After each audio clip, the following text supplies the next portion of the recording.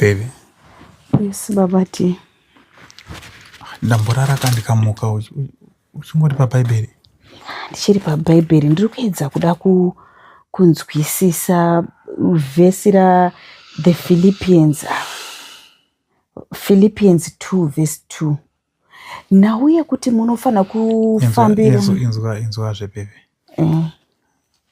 Alright, ndazvinzwa. Ichidzikwa nayo. Mirazve baby. Ndikukumbira umbosiye Bhaibheri. Izvozvo alright, tasa uri kurara wakapfeka morning gown. Unandobata papi?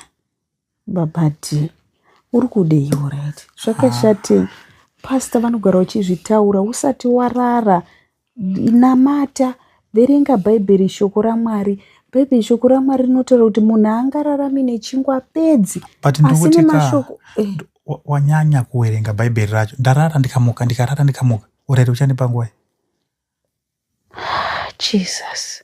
Urere ndokumbira wangu bvisa ako morning gown rako umbondipawo. Babati ndipise morning gown. Kungirozi dzikadona. Nhasi unozvonzi rapture yasvika, ndisvikirwe ndiri mupushu une rapture. Vatsvene vakutorwa kuenda kudenga, ndisvikirwe ndiri mupushu. Samaitita alright. Takuita bonde wakapfeka hembe.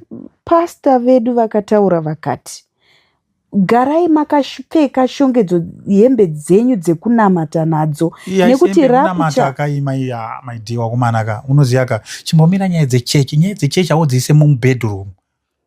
Nyaya dzechechi tinobva panapa inini hatitungamidzane tichienda kuchechi. Ndizvo babati, but maitira wakuteitaka. Zvitarisa zvawakaita nekavhesa. Rapture ikasvika unokwira denga nemaoko akavhurika kudai. Maiti denga racho ranyanya kuita seko. Ingwani pastor uri kuzviparidza every Sunday. Tichienda mumasevhisi epakati pewiki tichiparidzirwa. Garai muchinamata. Even kuita bonde kwacho handikurambidzi babati. Saka ndipeka. Pakavhurika uye upinde. Ndopinda wakadai une hembe wakadai. Ndichibata papi papo. Unobatei babati? Izvozvo zvine zvironda inetsana newe panapa nyaya mastaira. Tongoramba tichingoita staira 1 staira iyo yepamberi ndiyo anoramba uchingonditi uyachingouya nekumberi chete. Pastor vedu vakataura kuti staira yepamberi ndo staira yakatenderwa neshoko raMwari. Maidhiwa kutongwa napastor here. Mupetro mangu munotongwa napastor here. Munotongwa napastor? Ndo vanotidzidzisa shoko raMwari. Iyo staira yacho uri kupopotera ndo staira yega yakatenderwa nedenga kuti mukadzi nemurume vanoita bonde neapa. Kwini munozoda staira matanga nyaya yenyu yekuda kutanga uda kuita dhogi. Muri kuda nekumashure kwatakaramba babadi kubva ndichirorana newe ndakakutaura kuti inini handitwe nekumashure because handizimuka. Inini nhengo yangu haizi kumashure. Kumashure kune nhengo yemhuka. Saka imimi kana makuda kundiita mhuka panapa, it means makundiendesa kugehena babadi. Hazvisisina umwari. Bonde iri risina umwari iri. Bonde rekumashure ndere mhuka. Isu vanhu takanzi kumberi. Takanzi kumberi. Jesus Christ. Jesus. Mwari ngakunzvire tsitsi babadi. Mwari ngakunzvire tsitsi. Saka handichabvumidzi kuita mastaira mba munomo here maiti. Mastaira asina umwari. Pastor vakati itai zvinhu zvenyu neumwari. In everything isai Mwari kumberi. Handisi Mwari kumberi mbedhuruba maidhi. Mapasta nemadhikoni acho kana pastor wacho akitobva vanotondoita mastaira kumba kwaone mukadzi wavo. Inini pamunomo ndinyima kuti handikupei dog staira nekuti chinhu changu hachisi kumashure semhuka. Inini I don't want like that nonsense dzaunenge uchinditaurira. Uda kuti ndiite kukubata chibharo here maidhi. Ndokubata chibharo mumba mukadzi wangu. Ndoita kukudzvinyakidza kukatana hembe ndichitsemura hembe. Aiwa. Iwe uri mukadzi wangu. Babadi dai Mwari aida staira yako iyo yaunodai kumashureka. Dai akatora nhengo yangu yakaiswa kumashure. But vakaona zvakakodzera kuti nhengo yangu iuye kumberi. Kuratidza kuti ucharamba uri kumberi uku kana tichiita bonde. Inini I don't want like that in my own. Handikwanisi. Udaura tukakota maiuye kumashure iwe. Haiuye kumashure. Nhengo yangu yagara iri kumberi. Iri kumberi. Amtizivi zvamuda kundiitisa pamba pana. Aiuyi kumashure yakasikirwa kumberi. Inini ndikuda bonde inini mbamuno manditongwe napasta. Pastor vari kumba kwako. Vachiitirana mastaira nemukadzi wavo vari kumba ikoko. Babadi ndoda kutoti utonamatirwa uve nedeliverance because it shows kuti mhepo iri pauri inoda kurara nemhuka. because munhu chaichai anoziva Mwari, anotya Mwari, anotoziva kuti nhengo yemunhukadzi kana kuti bonde rinoitwa nekumberi. Saka uri kuti vanoti dog style vanopenga? Igehena babadhi, hakuna kunoendwa nevanhu vakadaro. Hakuna Jesu anotendera kuti mwana wake aite bonde nekumasure. Iye akanzi munhu. Aiwa, handidi kutadza nenzira iyoyo. Kudanana napastor kuchechi wonyata kutaura. Because it's very bad kuti mukadzi wangu anorara akapfeka morning gown kudai so kuita ngefaneka munhu akasvikirwa nemudzimu. Apo wakabata Bible. Kundikisa chaiko undikise muno bedroom. Kuti uyatiite chaiko haudi izvo wakati mpundu wontaura kuti hanzi uya uite nekumberi wakapfeka hembe futi pamusoro pazvo. Kumberi ndakambokunyima here babadhi? Alright, wakapfeka hembe ndobata papi? Muda ubateiko babadhi? Pari kungooneka kuti apa. Saka ndongobva uko ndakatongosvika here ndakatongoti hokoyo. Ndiro kabonde racho. Bonde ripi kuraunda kunditaurira iwe bonde racho? Ndo bonde racho gairo. Ndakutoita nzara yebonde nenyaya yechechi. Ini mufundisi ana kuti Bible njaripisa Bible irori. I telling you ndikutokutaurira. Babadhi wauda kupinda negehena. Beta nditongwe. Unotongwa nekuda kwechivi chatova mauri. You need deliverance. Next Sunday kana kuti ganitofonera mufundisi. Kufonera iwe maidhi ndokudzemura nemanherana uri kuzvinzwa. Ndokuroka nepabondeyo. Ndinotadza kufonera mufundisi kuti ndivataurire kuti wabatwa nemweya wemhuka. Kubatwa nemweya wemhuka ko kana izvozvo vari vari kutoita bonde nemukadzi wamufundisi. Unoziya sei? Varikuita nekumberi, hakuna bonde rinoitwa nekumasure.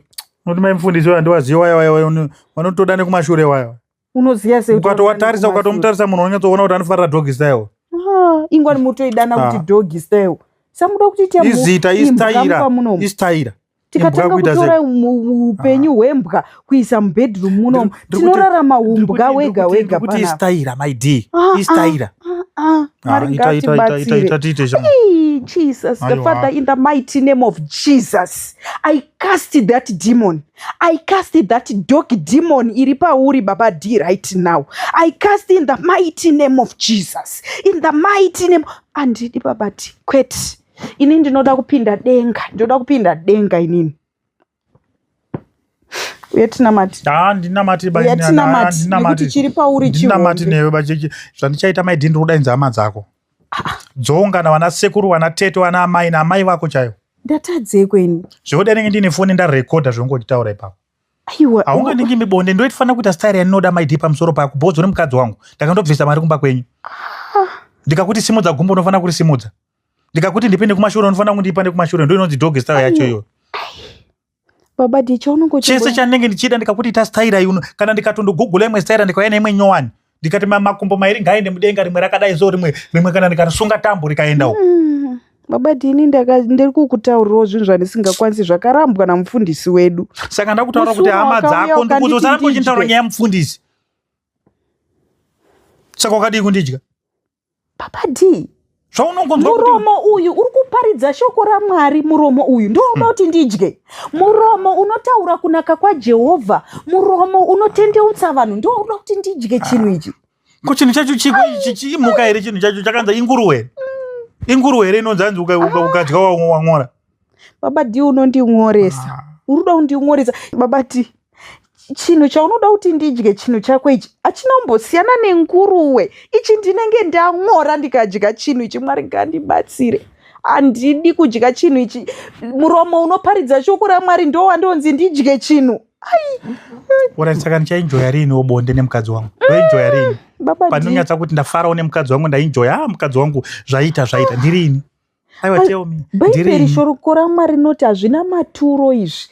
Tiri kutandara, tine musha watakarongerwa kudenga uku.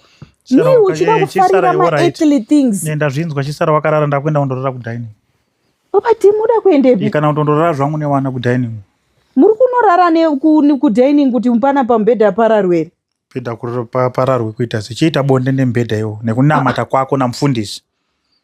You need deliverance. Murume wangu anoda deliverance. Father, in the mighty name of Jesus.